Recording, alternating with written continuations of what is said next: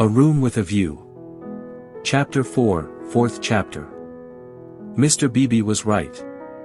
Lucy never knew her desires so clearly as after music.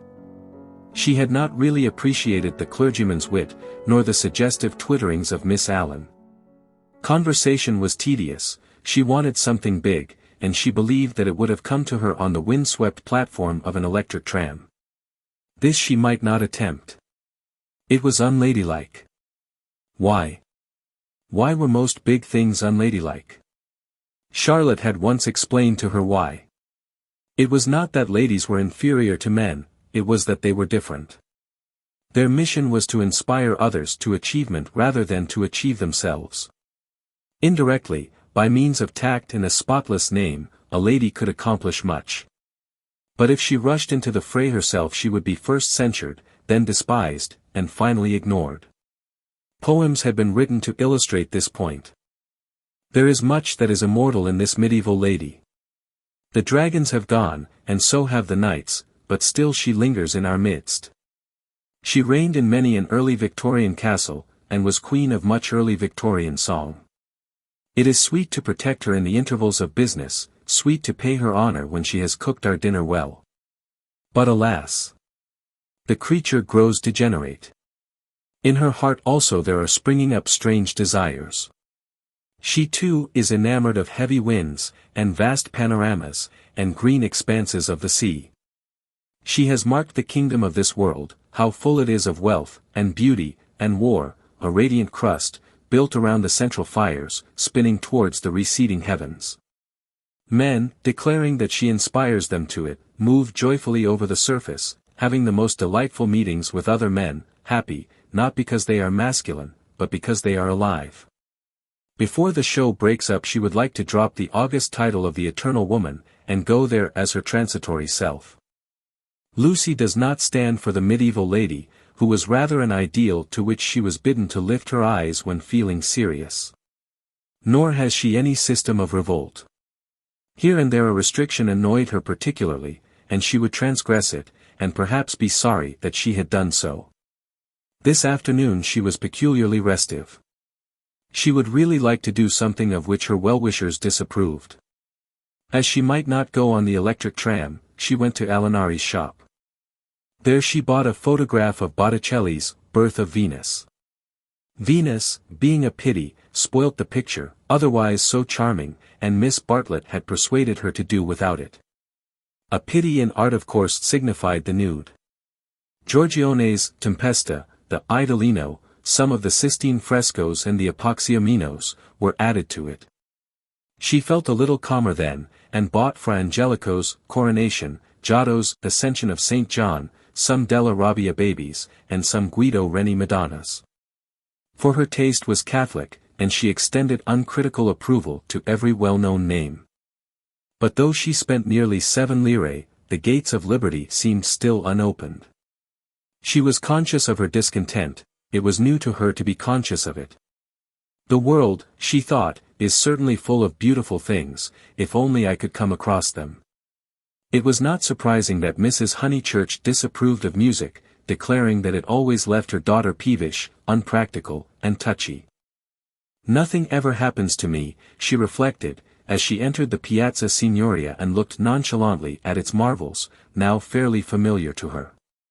The great square was in shadow, the sunshine had come too late to strike it. Neptune was already unsubstantial in the twilight, half god, half ghost, and his fountain plashed dreamily to the men and satyrs who idled together on its marge. The loggia showed as the triple entrance of a cave, wherein many a deity, shadowy, but immortal, looking forth upon the arrivals and departures of mankind. It was the hour of unreality, the hour, that is, when unfamiliar things are real. An older person at such an hour and in such a place might think that sufficient was happening to him, and rest content. Lucy desired more. She fixed her eyes wistfully on the tower of the palace, which rose out of the lower darkness like a pillar of roughened gold. It seemed no longer a tower, no longer supported by earth, but some unattainable treasure throbbing in the tranquil sky. Its brightness mesmerized her, still dancing before her eyes when she bent them to the ground and started towards home. Then something did happen. Two Italians by the loggia had been bickering about a debt. 5 lire, they had cried, 5 lire. They sparred at each other, and one of them was hit lightly upon the chest. He frowned, he bent towards Lucy with a look of interest, as if he had an important message for her. He opened his lips to deliver it, and a stream of red came out between them and trickled down his unshaven chin. That was all. A crowd rose out of the dusk. It hid this extraordinary man from her, and bore him away to the fountain. Mr. George Emerson happened to be a few paces away, looking at her across the spot where the man had been. How very odd. Across something. Even as she caught sight of him he grew dim, the palace itself grew dim, swayed above her, fell onto her softly, slowly, noiselessly, and the sky fell with it. She thought, "Oh, what have I done? Oh, what have I done?" she murmured, and opened her eyes. George Emerson still looked at her, but not across anything. She had complained of dullness, and lo! One man was stabbed, and another held her in his arms. They were sitting on some steps in the Uffizi arcade. He must have carried her. He rose when she spoke, and began to dust his knees. She repeated. "Oh, what have I done? You fainted. I am very sorry. How are you now?" "Perfectly well, absolutely well." And she began to nod and smile. "Then let us come home. There's no point in our stopping." He held out his hand to pull her up. She pretended not to see it. The cries from the fountain, they had never ceased, rang emptily. The whole world seemed pale and void of its original meaning. "How very kind you have been. I might have hurt myself falling. But now I am well. I can go alone, thank you." His hand was still extended. "Oh, my photographs," she exclaimed suddenly. "What photographs?" "I bought some photographs at Alinari's. I must have dropped them out there in the square." She looked at him cautiously. "Would you add to your kindness by fetching them?" He added to his kindness. As soon as he had turned his back, Lucy arose with the running of a maniac and stole down the arcade towards the Arno. "Miss Honeychurch." She stopped with her hand on her heart. "You sit still, you aren't fit to go home alone." "Yes, I am, thank you so very much." "No, you aren't. You'd go openly if you were. But I had rather." "Then I don't fetch your photographs. I had rather be alone." He said imperiously, "The man is dead, the man is probably dead, sit down till you are rested." She was bewildered, and obeyed him. "And don't move till I come back." In the distance she saw creatures with black hoods, such as appear in dreams. The palace tower had lost the reflection of the declining day, and joined itself to earth. How should she talk to Mr. Emerson when he returned from the shadowy square? Again the thought occurred to her, "Oh, what have I done?" The thought that she, as well as the dying man, had crossed some spiritual boundary. He returned, and she talked of the murder. Oddly enough, it was an easy topic. She spoke of the Italian character, she became almost garrulous over the incident that had made her faint 5 minutes before. Being strong physically, she soon overcame the horror of blood.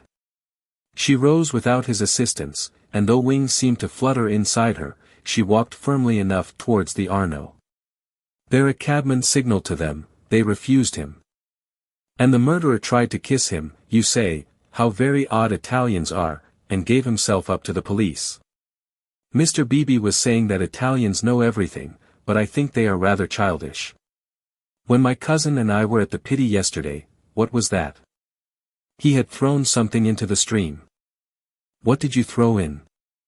Things I didn't want, he said crossly. Mr. Emerson. Well? Where are the photographs? He was silent. I believe it was my photographs that you threw away.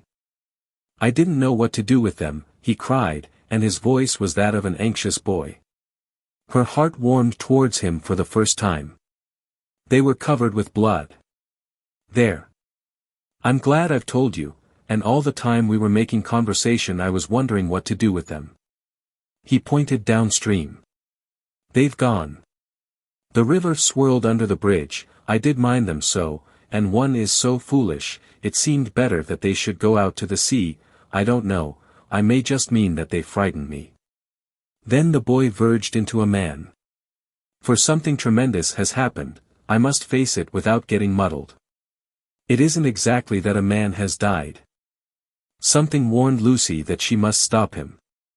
It has happened, he repeated, and I mean to find out what it is.